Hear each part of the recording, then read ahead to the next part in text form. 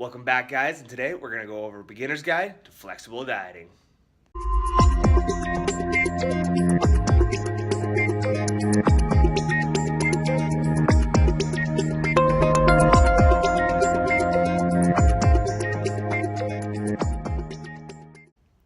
Welcome back, guys. So we're just in DC right now. Gonna go check out that Yorton Cup tomorrow. Go see some Boston bodybuilders, figure, bikini competitors. It's gonna be pretty sweet. Just seeing some world class athletes on the stage. So just got back to the hotel from touring the city a little bit. Went and checked out the Capitol, the White House, and just kind of checked out the downtown area. Never been here before, so pretty cool just to see the capital of the U.S.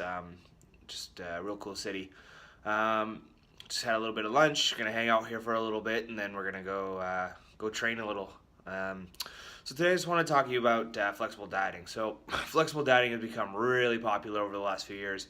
It's just really seen an explosion of popularity.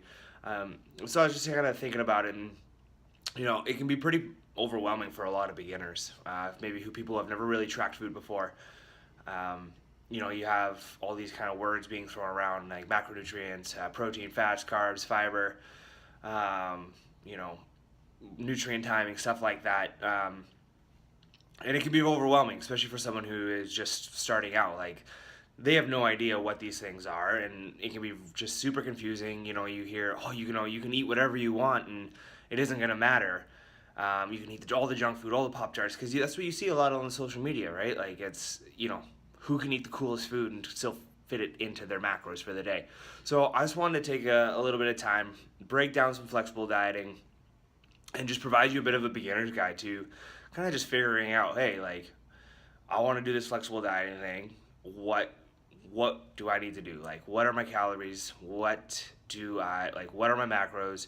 And just kind of help you get a little more of an understanding for that. So with flexible dieting, kind of the basis is it's not about what you eat, it's about how much you eat. So through some of the research now that we know is that the quality of the food actually doesn't really matter in terms of fat loss. It really is, how much you're intaking, and then kind of how much are you burning. I mean, the processes behind that are a lot more complex, but kind of when it comes down to it at the end of the day, that's what's really going to matter. And so what you have is you're going to have your daily intake broken down into 3 different macronutrients. All right, so you got your protein, your fats, and your carbs. So those are kind of the 3 most important ones that you're going to kind of want to focus on and try and hit daily numbers just to hit your caloric total, depending on your goal. So we have protein, which is very important for muscle building, which is really going to help change muscle or body composition. And it's also going to help you kind of keep, as long as you're getting enough, it's going to keep you fuller longer. So typically what you want to do is you want to go about 0.9 to 1.2 grams per pound that you weigh, right? So kind of take what you weigh and then multiply that by 0.9, 1.0. It's kind of just right in that realm. Protein for some people can be pretty difficult to consume because it's kind of it's very filling. So if you find that you are struggling with eating your protein, go, on the lower end, go 0.9. You're probably going to be okay, so, right? After that, we kind of want to then figure out our fats. So typically you want to keep your fats around 20 to 25% of your total daily intake.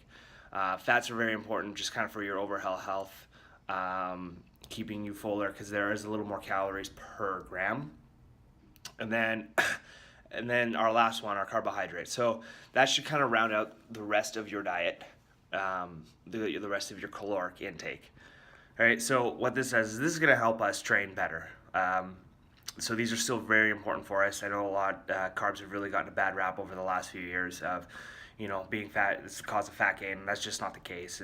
Right, so then you kind of round up the carbs. So what I like to tell people is if you've never really or tracked your food before, take a week, go buy a food scale, try not to change any of your habits, right? So if you enjoy, 2 Cokes a day, regular Cokes a day, just keep those 2 Cokes in a day. At least for just another week, try not to change any of your habits, okay? Track your food. There's just great apps out there on your phone. FitDay, My Net Diary, MyFitnessPal, My Macros Plus. These are all really great apps to kind of just keep track of your food.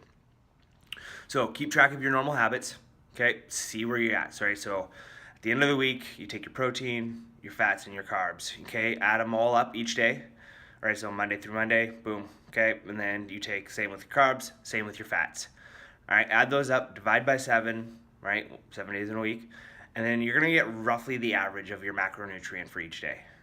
Okay, that's roughly what you're intaking.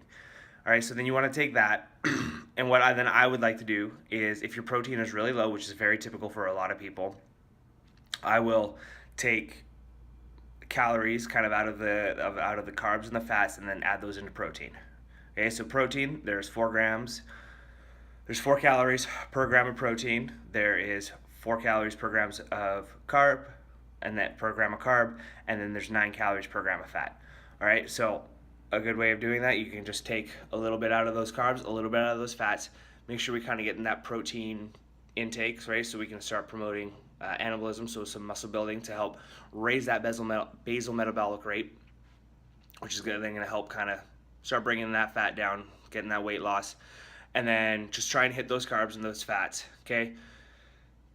To pick a day, and I want you to weigh yourself on that day, just that day, in the morning, right after you go to the bathroom, all right, and track that, all right? So if you are seeing a little bit of a nice little weight drop with just taking that adjustment, add a little bit of more food in, maybe add in 2-3 grams of carbs, maybe a gram of fat for that week, okay?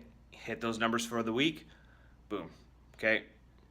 Weigh in on the Monday again, okay? Well, we didn't lose any weight, so we're just gonna keep those macros the same, see what happens, and you can kind of just go from there and really just adjust as you go along. So, you know, another big thing of flexible dieting is, again, like I said earlier, you know, you see a lot of social media of, you know, these people just eating Pop-Tarts and this and that, Oreos,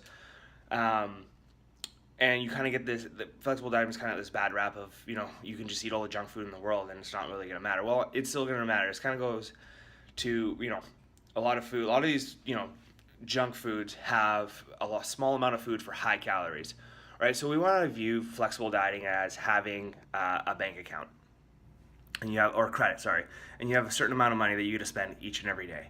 All right, if you only have, let's say, whatever, $500 to spend, you're probably not going to go and eat Pop-Tarts, which could be, you know, let's just say $300 of that credit, right? And then you're not going to have any food left for the day. So flexible dieting is not just all about eating as much junk food as you can. Whole foods still play a very important part in flexible dieting. They're going to keep you fuller for longer. They're going to have a lot more micronutrients, a lot more vitamins, a lot more minerals, which are just going to contribute to overall health. I believe that I personally, and I really believe in that 80-20 rule of, you know, 80% of your daily intake should be from whole foods. You know, your typical clean food, so whatever, you know, veggies, chicken, ground beef, stuff like that. And then that other 20% just allows yourself to indulge a little bit and enjoy yourself of, you know, having that couple Oreo cookies at the end of the day, if they fit into that credit, right? If they fit into your macros. So I hope this video kind of cleaned up some of the confusion, or maybe just some of the overwhelming aspects of flexible dieting for someone who's never really tracked before. So if you have any questions, shoot me an email, tyler@prophysique.com. Love to chat, love to talk about your goals, potential directions that, you know, we could always go in, and just answer any questions that you may have. Go ahead, hit that subscribe button. If you have any questions, just go ahead and leave a comment down below. I'll answer them, or anything else you'd like to see in a future video. Thanks for watching, guys. When I wake up